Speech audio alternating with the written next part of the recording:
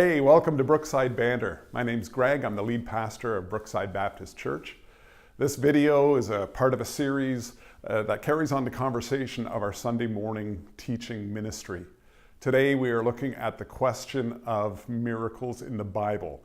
Can we take those seriously? It's like, what? Can we actually believe that those things took place? That's what we looked at this past week, and you guys sent in a couple of questions on text messenger, and these are the questions, and I'll do my best to give some reasonable answers to them. The first one is simply this. It says, miracles happened in kind of three times or three periods throughout history, it seems. Why is that? Well, it's true. If you look at the historical records of the Bible, you'll see that almost all of the miracles that take place in the Bible occurred during three main stages, three main periods, none of them lasting more than about 100 years each. One was around the life of Moses and Joshua. The second one was around the life and ministry of Elijah and Elisha. And then the final one was around the life, death, resurrection of Jesus and the ministry of the apostles that followed. All three of those were times in which God was bringing new information and was raising up messengers to share his message with the world. And it seems like the primary reason for the miracles taking place, not only just to show God's grace and his mercy to people, but was primarily to authenticate the messenger, to authenticate the message. How do we know that Moses was God's messenger? Look at the miracles that took place. How do we know that Jesus is the Son of God? He died, he rose from the grave. Look at what he did. How do we know that the apostles were God's messengers? The miracles substantiated what they did. Now, kind of a follow-up question to that was, well, if that's the main reason for miracles in the Bible, what does that say about today, and what should we expect? I'd love to say that we can expect God to heal and perform miracles all the time, but even based on that, it would say probably not. God can heal, he can perform miracles, but it seems that he only does it at specific times for specific reasons that we may not fully understand.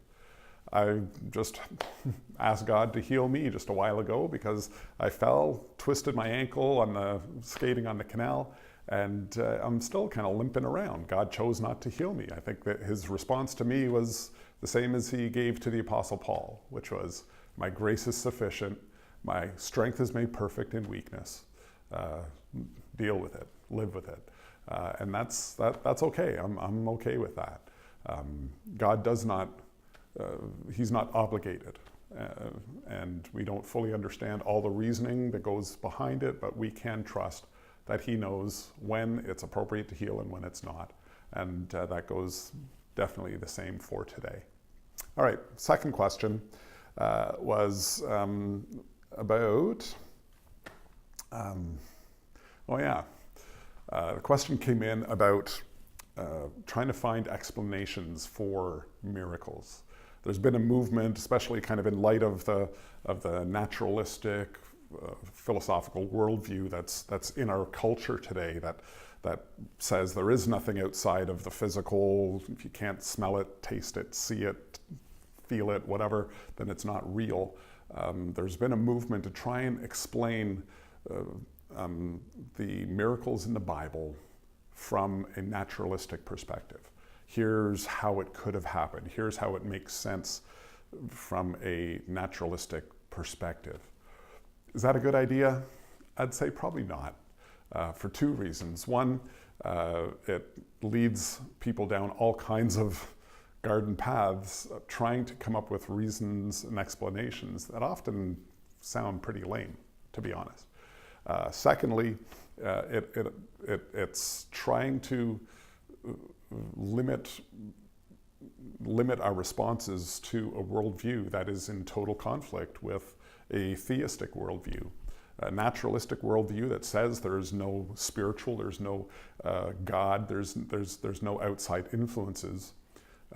By definition, is not going to accept miracles. So we're trying to de-miracleize a miracle in order to explain it, and that totally runs contrary to its purpose and to its effect and to its nature. So it's far better to encourage somebody who has trouble with them, to ask them, like, why is it that you will not even consider that there is a God, that there is a spiritual realm? Like, why are you confining yourself so much that it's just the physical? Like, encourage them to consider those things. To me, that's a far better route than to try and explain, oh, well, it's because Jesus could walk on the water because some weird weather condition and it kind of temporarily froze part of it. I don't think that's necessary at all. Well, that's it for Brookside Banter this time. Hope you tune in next week, because we're going to be digging into a pretty fun topic. The whole question of the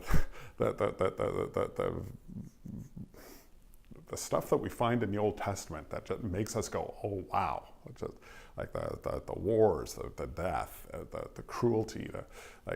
The question we're going to be looking at it is, you know, how is it that a God who claims to be a loving God has all this stuff going on in the Bible? Like, how do we reconcile a loving God with the violence and the murder and the mayhem that we see in the Old Testament, especially, but in the Bible in general? It's going to be a great one. Hope you tune in. Until then, have an awesome day, and God bless.